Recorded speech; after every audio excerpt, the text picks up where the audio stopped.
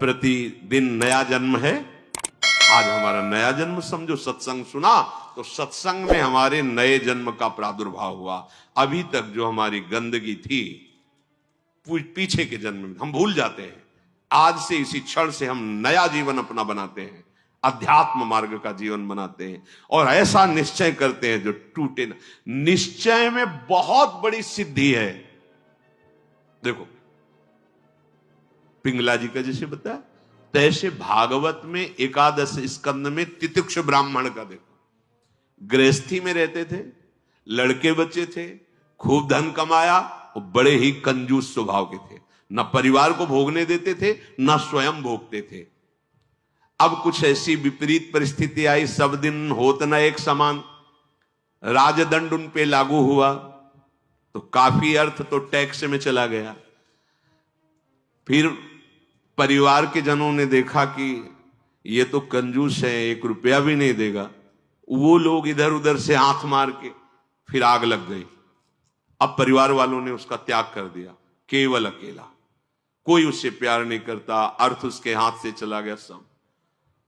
अब विचार किया कि मेरा पूरा जीवन निकल गया, उत्तम वर्ण में जन्म हुआ था, वृद्धावस्था आ गई, अब क्या होगा, क्या होगा। जिनको मैंने पाला पोषा, जो बड़ी मेहनत से धन कमाए, तो सब नष्ट हो गया। परिवार वाले कोई देखते ही नहीं। जानते हो उसका निश्चय, देवता इस बात के साक्षी हैं कि आज से मैं अपने जीवन को श्री भगवान के चरणों में समर्पित करता हूं, सब कुछ सहूंगा और निरंतर भगवान का भजन करूंगा। वो इतना बड़ा महापुरुष उसी निश्चय से हो गया कि भगवान उद्धव जी को उसकी कथा सुना रहे हैं। कोई साधना नहीं हुई थी, परिस्थिति ने ऐसा निश्चय करवा दिया। तो जरूरी है वो परिस्थिति आवे तब तुम निश्चय करो। क्या सत्संग में तुम निश्चय नहीं कर सकते तो परिस्थिति का इंतजार करोगे कि ऐसी विपत्ति आवे, ऐसी ठोकर लगे, ऐसी दुर्दशा हो तब तुम निश्चय करो? अरे उसके पहले ही निश्चय कर लो तो दुर्दशा काहे को होगी। ऐसा नहीं कि उसका जीवन मंगलमय हो गया। अब उसके कर्मों का क्षय करने के लिए जब वो संन्यास भाव लेकर विचरण करता, भिक्षा मांगता, तो लोग थूकते, स्पष्ट लिखा हुआ मूत देते, बांध देते, पीटते, उसकी भिक्षा छीन लेते। पर वो अंदर अंदर विचार करता, नहीं, किसी का दोष नहीं है इसमें किसी का दोष नहीं। तो ये कर्म का है, ये कर्म का प्रभाव तो शरीर पर पड़ेगा। ये मुझे दुख क्यों हो रहा है? बहुत बहुत सुंदर मतलब चिंतन उनका बना। तो क्या देवता है इस दुख का कारण? देवता है नहीं, देवता भी तो केवल हमारे शरीर को ही पीड़ा दे सकते हैं। मेरे को क्यों हो रहा है? काल नहीं, वो तो आत्मस्वरूप है, उसका भी प्रभाव इसी शरीर पर होगा। मेरा स्वरूप तो कालातीत है। तो फिर क्या है? भ्रम। हाँ, ये भ्रम है। मैं तो निर्विकार चिदानंद अपने स्वरूप में स्थित हो गया, ब्रह्मबोध संपन्न महापुरुष हो गया हो। और तितिक्ष ब्राह्मण नाम से वर्णन किया है भगवान ने। इसलिए निश्चय में बड़ी सामर्थ्य है। हमारा निश्चय बड़ा ढुलमुल है। इसलिए प्रार्थना है, बहुत बड़ा मार्ग मिला है आपको। इसे भगवत मार्ग कहते हैं, अध्यात्म मार्ग कहते हैं। ये अंतिम जन्म वालों को मिलता है, जिनका आखिरी जन्म होता है। अगर चूक करोगे तो व्यर्थ तो नहीं जाएगा, पर और समय लग जाएगा। काहे कुछ समय बर्बाद करो, आज निश्चय करो। गोस्वामी जी कह रहे, देखो निश्चय, गोस्वामी जी बाल्यावस्था से भगवान में रत थे, ऐसा नहीं है कि वो भजन नहीं करते थे, ऐसा नहीं है। जन्म हुआ था तब बोले थे राम। जैसे बच्चा रोता है ना, तो गोस्वामी जी रोए नहीं थे, राम बोले थे, इसलिए राम बोला नाम पड़ा था। राम बोला, प्रकट हुए थे तभी राम। तो ऐसा भी नहीं था कि आसक्ति नहीं थी शरीर में या अन्य, ऐसा भी महापुरुष जन लीला दर्शाते हैं, वो हमारी हिम्मत के लिए। पत्नी में चित्त आसक्त था, एक दिन के लिए भी कभी मायके जाने के लिए अनुमति नहीं दी थी। और उसी पत्नी के मुख से जब ये बात निकली कि जितना तुम्हें इस शरीर में आसक्ति है, पूरी कथा अगर राम जी में होती तो जीवन तुम्हारा धन्य हो जाता। नेत्र को पत्नी रूपी गुरुदेव ने नेत्र खोल दिए। कहीं से भी गुरुदेव सावधान कर सकते हैं, कहीं से भी, बस कदम मुड़ गए। क्योंकि ऐसा नहीं था कि राम भक्ति ली, निश्चय कर लिया, अवलोनशानी। अब ये गोस्वामी जी का ही पद है, अब इंद्रियों के बस में हो के, नहीं नहीं, बहुत सही बोला। अगर ये स्थिति, ये आसक्ति राम जी में होती तो जीवन धन्य हो जाता। अब पायो नाम चारु चिंतामणि, उर करते न खसई हो अवलो नशानी। अब समझ गए, समझ गए। अब हृदय से एक क्षण के लिए भी राम नाम नहीं छोड़ूंगा। और जानते हो, महापुरुषों में सर्वशिरोमणि हुए गोस्वामी तुलसीदास। ये तो अवतार लीला महापुरुषों की है, ये हमारे लिए बताया है आचरण करके कि भगवान नाम में इतनी सामर्थ्य है कि ऐसे आसक्त वृत्ति को भी कैसे निरासक्त कर देते हैं। हमें चाहिए जो भी, चाहे गृहस्थ मार्ग में हो चाहे विरक्त मार्ग में हो, दोनों मार्ग जाते ही प्रभु के चरणारविंद में है। अपने मार्ग की वृत्तियों को जानिए, समझिए और धर्मानुसरण बर्ताव कीजिए और नाम निरंतर जपते रहिए। तो जीवन यात्रा का विश्राम, जो गोस्वामी जी कह रहे हैं, पायो परम विश्राम, विश्राम ही नहीं, पायो परम विश्राम, राम समान प्रभु नाही कहूं। ये विश्राम कैसे मिला? कहते भगवान शंकर को साक्षी करके कहता हूं। अगर थोड़ा भी मिथ्या हो तो हमारी जीभ गल जाए, मेरा जो कुछ भी बना राम, ये दो अक्षर मेरे माई बाप हैं, इन्होंने ही हमें, बस आप हृदय की बात महापुरुषों के, ये दो अक्षर राधा, यही देख लेना आप। चलो देखो, बहुत समय तक विषय संयोग ना होने पर ऐसा ना समझ लिया जाए कि हम निर्विषय हो गए। बहुत ये चोर हैं, बहुत छुप कर रहते हैं और चिंगारी की तरह रहते हैं। फूस मिल जाए तो ज्वाला बनने में सेकंड लगता है।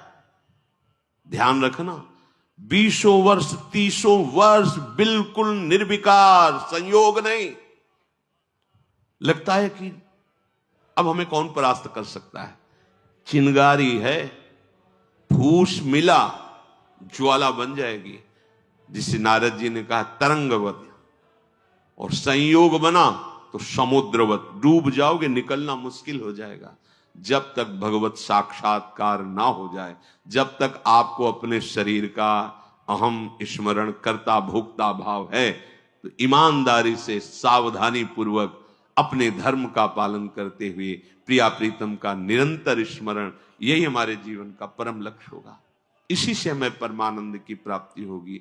जिस समय हम ये सोचते हैं कि अब हमें कोई भी धर्म विरुद्ध आचरण नहीं, एक आनंद की वृत्ति आती है। देखना, और जिस समय हम सोचते हैं गलत ढंग से विषय सेवन, उसी समय जलन पैदा हो जाती है। जिसके सोचने में जलन पैदा होगी, उसका परिणाम क्या होगा? क्या होगा आप विचार करो। जिसके सोचने में हमारे जलन हो रही, तो उसका परिणाम तो ज्वाला होगा। धर्म से चलो। चक्रवर्ती सम्राट महाराज अम्बरीश जी चक्रवर्ती सम्राट होते हुए भक्तों के शिरोमणि हुए। आप क्या भगवत आनंद प्राप्त नहीं कर सकते गृहस्थ में रहकर? ये उद्दंड लोगों की बातें नहीं सुननी चाहिए। जैसे आप, अरे ये तो बाबा जियों के लिए है, सन्यासियों के लिए, हमारे लिए थोड़ी नहीं। भाई, मनुष्य जन्म सबको भगवत प्राप्ति के लिए, भगवदानंद में। देखो, आपके अच्छे आचरण हो, आप जितेंद्री हो, आप नाम जप कर रहे हो, आप कोई नशा नहीं करते, सबकी सेवा का भाव है, तो राम राज्य नहीं हो गया? सब आनंदित रहेंगे, सब प्रसन्न रहेंगे, सबका हृदय सत्य और धर्म से युक्त रहेगा। यही तो आनंद का स्वरूप है। जब आप शास्त्र और सत्संग स्वीकार नहीं करते, तो आपके अंदर आसुरी वृत्ति बढ़ती, राक्षसी वृत्ति, और फिर देखो अपने को दुखी, अपने परिवार को दुखी, अपने नगर को दुखी, अपने देश को कलंकित, क्या क्या नहीं करवा देती है राक्षसी बुद्धि। इसलिए भाई, ये सत्संग, गृहस्थ, विरक्त, जो भी जहां भी है, सबके मंगल के लिए वहीं रहो। वहीं रहो, प्रभु के होके रहो। दूसरों को दुख पहुंचाने वाली बात, चेष्टा मन में भी मत लाओ। सबको सुख पहुंचाओ, नाम जप करो, सबका मंगल हो जाएगा। देखो हम सब तरंगे हैं, समुद्र में ही उछल रहे हैं, हमारा अस्तित्व तो नहीं है, तरंगों का अस्तित्व तो नहीं है। ऐसे ही हम भगवत स्वरूप हैं, प्रभु रूपी अगाध समुद्र में हम तरंगे की तरह है। हमारी कोई सत्ता नहीं है। ये जो सोच रहे हो ना, सत्ता नहीं, सत्ता उन्हीं की है, उन्हीं की है। अभी आप समझ नहीं पा रहे। तरंग है क्या? समुद्र ही तो है। वायु विकार खत्म हुआ, समुद्र ही था, समुद्र ही है, बीच में तरंगे। ये सब तरंगे हैं। मन की तरंगे मिटा दो, फिर देख लो आप क्या हो, भगवत स्वरूप परम आनंद में। अब चाहे सृष्टि में रहो, चाहे धाम में जाओ, कोई फर्क नहीं पड़ता। व्यवहार में भी रहते हुए परमानंद, शरीर छूटे तो प्रभु में परमानंद। उसी के लिए तो हम प्रयास करें, जितनी चेष्टाएं कर रहे हैं सुख के लिए ही तो कर रहे हैं। हे भाई, आप कोई भी हो, गृहस्थ हो, विरक्त हो, कोई भी हो, धर्म से चलो, नाम जप करो, सबकी सेवा की भावना अंदर रखो, तो मनुष्य जीवन का लाभ मिल जाएगा। ये उद्दंडता पूर्वक तर्क वृत्ति रखोगे तो अभी सौभाग्य मिल रहा है सुनने का। धीरे धीरे समय साथ आ जाएगा, आपको शत वार्ता सुनने को नहीं मिलेगी। देख लेना, सत वार्ता जिसके श्रवण मात्र से हमारे हृदय में आनंद का स्फुरण हो और हम उस आनंद के बल से निर्विषय हो जाएं, वो वार्ता सुनने को नहीं मिलेगी। फिर और समय आएगा, धर्म सुने नहीं काना, कलिकाल बिहाल की मनुजा, नहीं माने को अनुजा तनुजा। सब होश में अभी समय है, तर्क वितर्क छोड़ो। जैसा शास्त्र सदगुरुदेव संत जन कह रहे वैसी बात मान लो, निहाल हो जाओगे, परमानंद में मगन हो जाओगे। ये हम बुद्धि की बात नहीं कहते कि तर्क वितर्क आप करें। तर्क, सत्संग तर्क नष्ट करने के लिए होता है। हृदय में देखो, बहादुरी जबान से कहने की नहीं है, ये हृदय की बात है।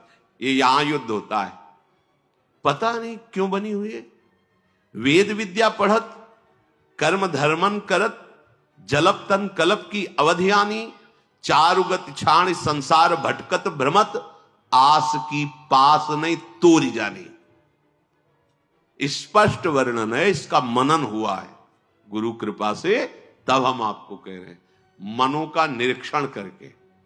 आस की पास नहीं तोरी जानी, सकल स्वार्थ करत, क्योंकि आस की पास नहीं तोरी जानी तो सकल स्वार्थ करत, रहत जन्मत मरत, दुख और सुख के होत मानी। अरे छाड़ जंजार कैसे न निश्चय धरत, एक किन रमत हरिवंश बानी। क्यों निश्चय नहीं करते, उस आस की पास को क्यों नहीं तोड़ देते? वैराग्य मार्ग का पथिक हूं या भगवत मार्ग का पथिक हूं, प्राण त्याग सकता हूं पर एक कदम अधर्म भूल न दे कुमारक नहीं। ऐ मन अब नहीं, अब नहीं, शरीर नष्ट कर दूंगा पर धर्म नहीं नष्ट करूंगा। भगवत मार्ग, ये आस की पास बड़े दुलार से रखे हुए, कभी तो, अभी नहीं नहीं, कभी तो, ये क्यों रखे हुए हो? यही तुम्हें भगवदानंद की अनुभूति वर्तमान में नहीं करने दे रही। यही आस की पास। अभी निश्चय करो जिस मार्ग में चले हो, नहीं नहीं नहीं, अभी शुद्ध ज्ञान स्फूर्ति होने लगेगी। ये सब यहां की देखी हुई बातें कह रहे हैं आपको। बच्चापन से इस मार्ग में है तो यहां देखी हुई बातें कर रहे हैं। बहुत वैराग्य में जीवन, एकांतिक जीवन, फिर भी आशा। पूछो उससे किसकी आशा, क्यों, क्या चाहिए? उत्तर नहीं मिल रहा। चाहिए ये भोग? नहीं, देखना भी नहीं, तो आशा क्यों? पता नहीं। आप देखो, अंदर से देखो, जब यहां की बात कही जाएगी ना तो सबके यहां की बात होगी। ये अलग से नहीं रचा, उसी मशीनरी से बनाया गया जिससे सब निकले हुए हैं, सब मशीनरी। इसीलिए कि ये तो हमारे मन की बात कर रहे हैं, वो तुम्हारे मन की बात नहीं कर रहे, संपूर्ण सृष्टि की बात कर रहे हैं। क्योंकि जिससे मन रचा गया है, जिससे शरीर रचा गया है, वो वही एक ही डिपार्टमेंट है, वहीं से रचा गया है। यही हमें भगवदानंद की प्राप्ति नहीं करानी है। बहुत धैर्य पूर्वक सुनना है और समझना है। ये हम अपने मन की बात कहते हैं, इसको पढ़ा है, इसको देखा है, इसको समझा है। वैराग्य में जीवन है, इतना भी कहीं गुंजाइश नहीं है। फिर भी आशा है, पूछा जाए इसको भोगों के लिए तो ना है, फिर भी आशा है। ये क्यों है? यही छाण जंजार क्यों न निश्चय धरत। निश्चय क्यों नहीं कर रहा तू? तेरे निश्चय की कमी के कारण ये आशा की फांसी बनी हुई है। जब तक ये आशा की फांसी बनी रहेगी तब तक तुझे परमार्थ वस्तु का स्फुरण नहीं होगा। पक्की बात है। ये जो शुद्ध ज्ञान है स्फुरित ही नहीं होता, कामना से ढका रहता है। जैसे कोहरे की ताकत नहीं कि सूर्य को ढक ले, पर मेरे नेत्रों के ढकने के कारण लगता है सूर्य ढक गया। ऐसे ज्ञान स्वरूप जो भगवद अंश है इसमें स्फुरणाएं होती, जैसे सूर्य की किरणें निकलती ना, ऐसे इसमें ज्ञान की तरंगे निकलती रहती, आनंद की तरंगे निकलती रहती।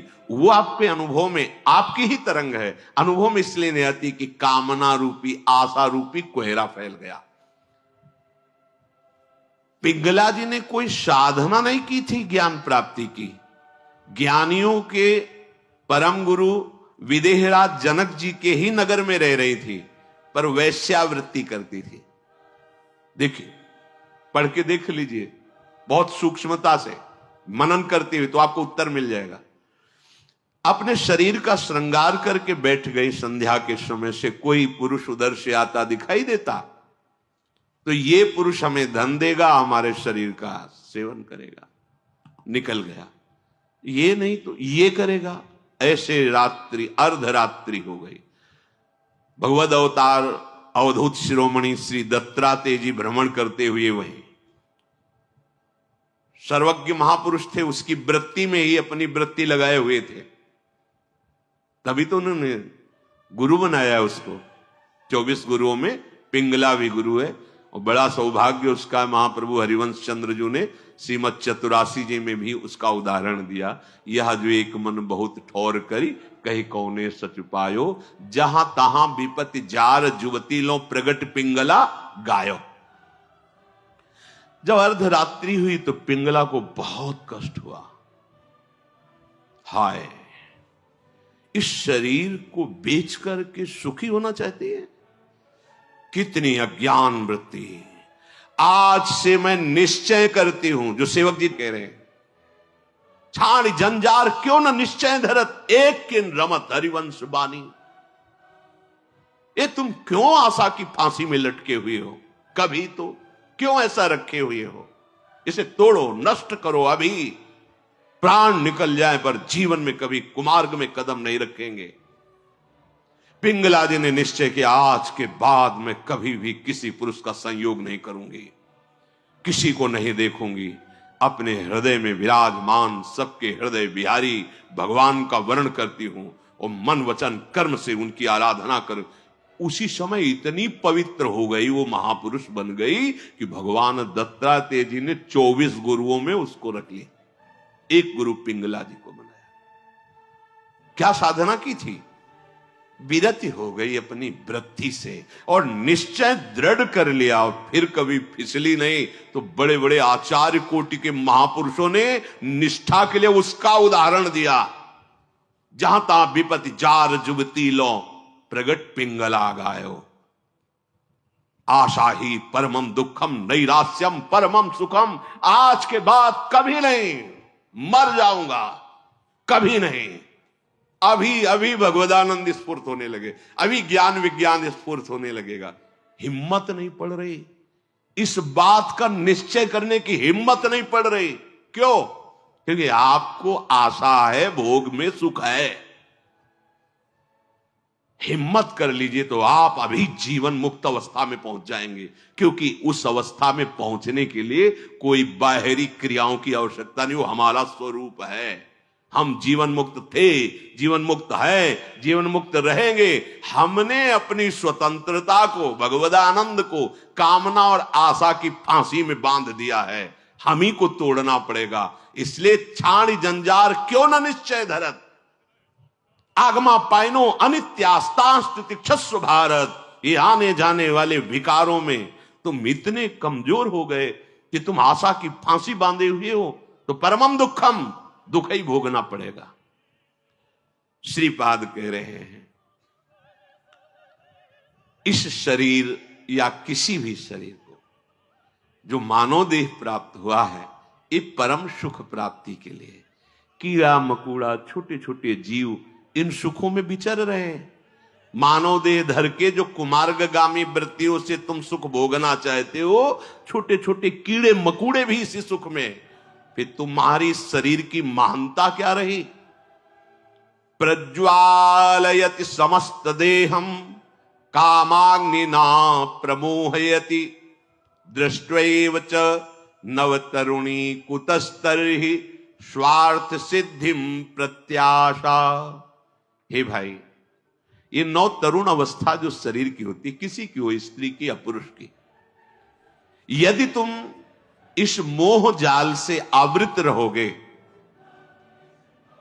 तो ये सदैव तुम्हें जलाती रहेगी, कभी भी भगवत सिद्धि प्रदान नहीं होने देगी। भगवत सिद्धि नहीं।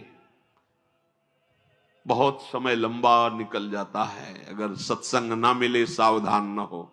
हितधाम में एक 65 वर्ष के प्रार्थना कर रहे थे कि मेरी पूर्व से वृत्ति स्वयं के द्वारा तो मैं आज खुलकर सभा में कह रहा हूं कि मैं आज उस गलती से बहुत परेशान हूं और आज भी वही मेरे से गलती होती है। ने प्रणाम किया था उनको कि धन्य है कि आप इतने हिम्मत वाले हैं कि भरी सभा में आप ऐसा अपनी बात कह रहे हैं, क्योंकि आप मन से अलग होकर बोल रहे हैं, तभी आपको बोलने की हिम्मत आई। अगर मन में तदात्म होता तो आप नहीं बोल सकते थे। कि ये हमारे द्वारा पाली हुई वृत्ति है, हमारे द्वारा ही इसका त्याग होगा। भगवान श्री सुखदेव जी को इसीलिए सबसे बड़ा वैरागी कहा गया है। 16 वर्ष की अवस्था है, शरीर का भान नहीं, दिगंबर है, कोई शरीर पे वस्त्र नहीं, और भगवान के चिंतन में मगन है। इसी अवस्था में त्याग और वैराग्य की।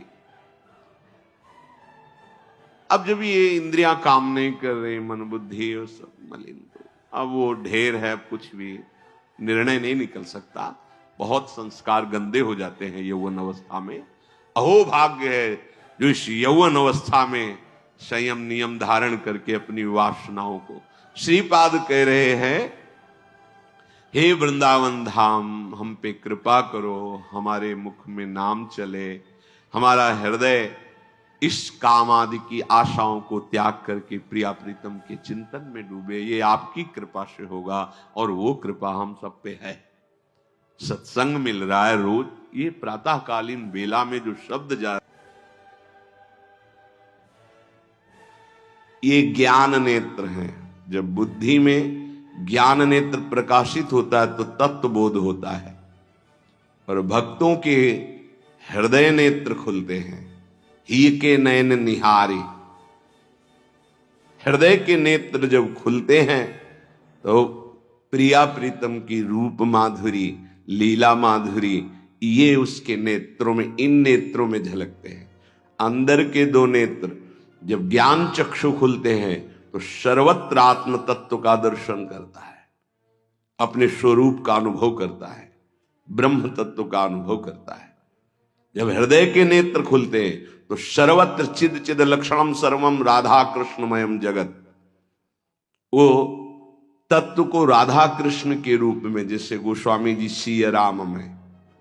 लेकिन इन नेत्रों से ये दोनों बातें नहीं देखी जा सकती, और इन्हीं नेत्रों से ये दोनों बातें देखी जा सकती हैं जब बुद्धि के नेत्र खुल जाए और हृदय के नेत्र खुल जाए।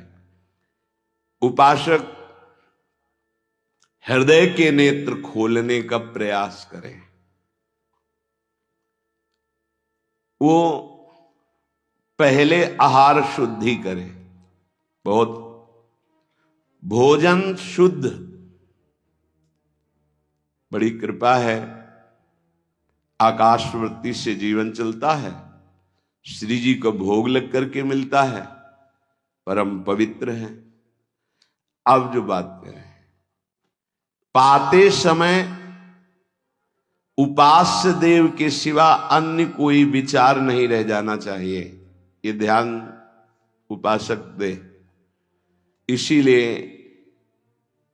नाम कीर्तन चला दिया जाता है। चलता है नाम कीर्तन, नाम कीर्तन चला दिया जाता है कि आपका मन किसी विषय का चिंतन न करने पावे, नाम कानों में पड़े और चिंतन नाम का हो। जब हम भोजन के साथ भजन चलाते हैं तो वो भोजन जब पचता है तो नस नस में परम पवित्रता और भजन के परमाणु फैलाता है। अब जैसे आजकल भोजन की प्रथा, जूता मोजा वही शौच में पहन के गए हैं, वही लघु शंका में, और वही होटल में बैठ के वैसे ही जूता मोजा, वही कपड़े, वैसे ही बनाने वाला क्या भाव वाला है, कैसी पवित्रता रखता है, और पाने वाला क्या भाव रखे हैं और कैसी पवित्रता है, इन सब का प्रभाव भोजन पे पड़ता है। अगर भोजन ठीक नहीं तो बुद्धि निर्णय नहीं कर पाएगी ठीक। हृदय के नेत्र खुलने के बाद तो बहुत दूर रही, इन नेत्रों से भी सही नहीं दिखाई देता, गंदा ही दिखाई देने लगता है। इन नेत्रों में गंदगी बढ़ जाती है। जिसकी तरफ देखो तो वासना की दृष्टि से देखो, दोष दृष्टि से देखो, राग द्वेष की दृष्टि से देखो, ब्रह्म दृष्टि भगवत दृष्टि उसकी नहीं आ सकती। ये बहुत जरूरी है। अरे कहीं भागा थोड़ी जा रहा है भोजन, धैर्य पूर्वक चिंतन करते हुए, नाम चल रहा है तो उसी नाम का चिंतन करते हुए। अब जैसे अपने लोग पूर्वाभ्यास तो पद चला लिया, बड़ी सुविधा रहती है। पद, कोई बड़ा पद ले लिया और मानसिक पद गुनगुना भी रहे हैं, चिंतन भी कर रहे, प्रसाद भी पा रहे। कोई पद उठा ले, बड़ा पद, देखत नौ निकुंज सुन सजनी लागत, प्रथम यथामति प्रणव बिहरत दो प्रीतम कुंज। अब जब तक पद पूरा नहीं होगा तो भागेगा नहीं, और भागेगा तो पद नहीं पूरा होगा, पकड़ हो जाएगी।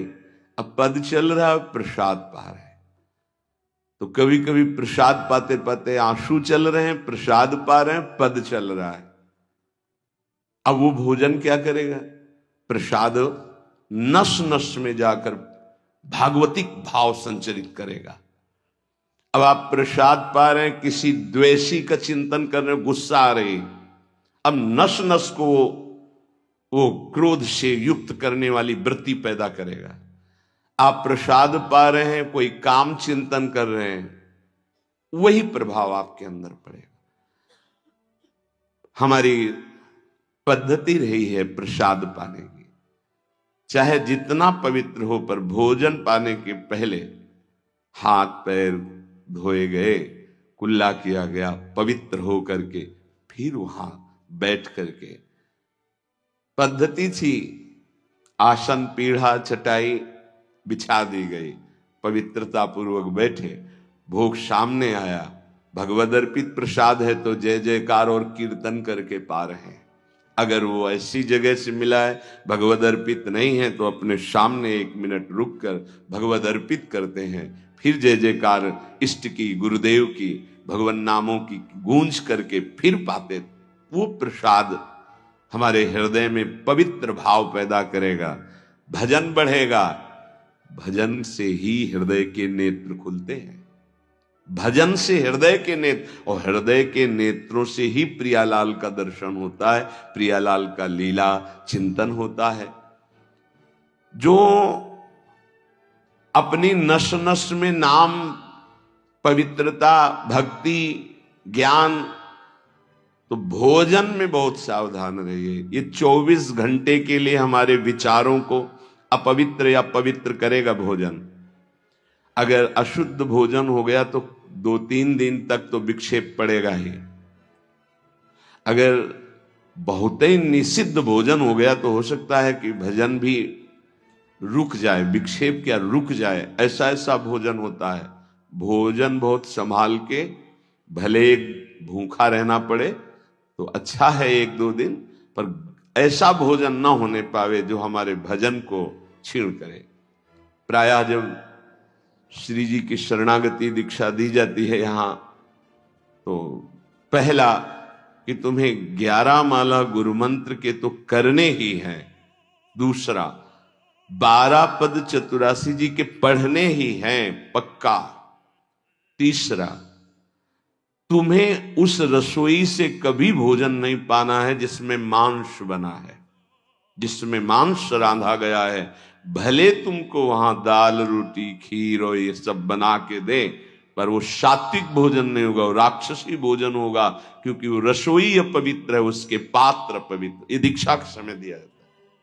चौथा, जो तुम्हारे उपासना की, इष्ट की, गुरुदेव की, संतों की, भगवत स्वरूपों की निंदा करे, वो चाहे रिश्तेदार नातेदार चाहे कोई भी हो, हम उससे संभाषण बैठकर नहीं करेंगे, कान में उंगली डालकर राधा राधा बोलकर चले जाएंगे। ये दीक्षा के समय शिक्षा दी जाती है। यदि आप अपने कुसंग को नहीं त्याग सके, भोजन का सुधार नहीं कर सके, तो भजन में रुचि नहीं होगी। ध्यान रखना, हम जैसा अन्न पाते हैं वैसा मन बनता है, जैसा मन होता है वैसे ही चिंतन होता है। हमें हृदय के नेत्र खोलने हैं, तो हमें आहार पवित्र करना है। पवित्र आहार पवित्र चिंतन के साथ हमें पाना है, ऐसे जल्दीबाजी नहीं। जल्दीबाजी है तो हम नहीं पा रहे हैं, जब हमें समय होगा पा लेंगे। कोई प्राण थोड़ी निकल जाएंगे, एक बार में पाएंगे, एक दिन ना पाएंगे, नहीं निकलते। कई कई दिन भोजन न पाने पर भी ऐसा नहीं होता कि प्राण निकल गए। बड़ी सामर्थ्य है, प्रभु ने सामर्थ्य दी है। उपासक सावधान रहे, कहीं प्रसाद पाते समय कोई ऐसा दृश्य, ऐसी वार्ता न कर बैठे जो भजन में बड़ी हानि पैदा कर दे। जैसे आप मोबाइल रख लिए और आप ऐसे दृश्य देख रहे हो जो आपका सर्वनाश करने वाले हो, भोजन पा रहे हो, तो आप निश्चित समझ लेना, निश्चित भ्रष्ट हो जाओगे, आगे नहीं बढ़ पाओगे, गिर जाओगे। भोजन के समय यदि आपका मन पद में नहीं लग रहा, भजन में नहीं लग रहा, तो जैसे यंत्र है आपके पास, तो चतुरासी जी लगा दीजिए, सत्संग लगा दीजिए। आपका चिंतन बनना चाहिए भागवतिक, कोई गलत चिंतन नहीं। और अगर कोई पास बैठा है तो वार्ता नहीं होनी चाहिए। भोजन के समय वार्ता निषेध है, वो वार्ता का समय नहीं, वो एकाग्रता पूर्वक पूरे 24 घंटे के लिए हम अपने विचार पावन करने के लिए बिल्कुल मौन होकर के भगवत चिंतन या भगवत श्रवण करते हुए प्रसाद पाए। आप सब आज से ये नियम ले लें, केवल परोसने वाले की आवाज सुनाई देनी चाहिए। श्री जी का प्रसाद जो आप परोस रहे हैं उसका उच्चारण करते हुए आपको प्रसाद, रोटी प्रसाद चाहिए तो वो पूछ सकते हैं। इसके अलावा पाने वाले की आवाज बस जी दे दीजिए, इससे ज्यादा कोई शब्द नहीं आना चाहिए। देखो, अगर प्रार्थना मानोगे तो आप आगे परमार्थ में बढ़ोगे। जो प्रसाद पाने का समय है वो बहुत 24 घंटे के भजन के लिए बहुत कीमती बात है। अगर उस समय आपका कोई प्रपंच वार्ता, कोई लौकिक वार्ता, राग द्वेष वार्ता, बिल्कुल नहीं, मौन आज से नियम रख लो। दे दीजिए ये शब्द उच्चारण और ले लीजिए प्रसाद, ये शब्द, इसके अलावा और कोई शब्द नहीं होना चाहिए। अगर आप हमारी प्रार्थना नहीं मानते हैं तो ये अपराध होगा, आज्ञा का उल्लंघन होगा और वो आपके लिए बहुत ही हानिकारक होगा, जो आपकी बुद्धि को क्षय करेगा। इसलिए प्रार्थना है, आप प्रसाद पाते समय सब मौन का आश्रय, केवल स्वीकृति हां दे दीजिए और प्रसाद बांटने का जो उच्चारण है या अमुक प्रसाद ले लीजिए, बस। इस नाम कीर्तन चलता है, नाम कीर्तन सुनिए, या आपकी क्षमता है तो उस समय नाम जप करते हुए प्रसाद पाइए। आपको सावधान रहना, जो एक बार आदेश हो जाए उसका उल्लंघन ठीक नहीं है, और उसको तत्काल लागू किया जाए। अगर नहीं किया जाता तो उसे प्रमाद स्थिति कहते हैं, और फिर बुद्धि भ्रष्ट हो जाती है। कोई भी, चाहे वो साध्वी हो या उपासक हो, साधु हो, आज्ञा का उल्लंघन करने का स्वभाव ना डाले, नहीं तो प्रमाद स्थिति घसीट ले जाएगी। आज से जहां प्रसाद पाना प्रारंभ होता है और प्रसाद आचमन करने तक मौन, फिर हमें वार्ता ही किसी से करनी। प्रसाद पाने के समय वार्ता, ये तो हमें बात समझ में ही नहीं आई। उस समय कौन सी संगोष्ठी होती है, उस समय कौन सा प्रसंग होता है प्रिया प्रीतम के लीला चरित्र का? उस समय तो हम प्रसाद का स्वाद लेते हैं, उच्छिष्टामृत भुक्त वैव, प्यारी जो प्यारे जो ने पाया है, और नाम कीर्तन करते हैं। तो हमारे हृदय के नेत्र खुलेंगे, तभी तो हमारी भजन में रुचि बढ़ेगी। जब हमारा प्रसाद पाते समय भजन होगा, बहुत ध्यान देने की बात है ये। अगर प्रसाद पाते समय प्रपंच, तो 24 घंटे प्रपंच चिंतन चलेगा। अगर प्रसाद पाते समय राग द्वेष की चर्चा, काम क्रोध की वार्ता, तो हृदय मलिन हो जाएगा। हम प्रसाद पाते हैं पवित्रता के लिए, प्राण पोषण के लिए। तो प्राण पोषण और पवित्रता दोनों होगी भगवत चिंतन से।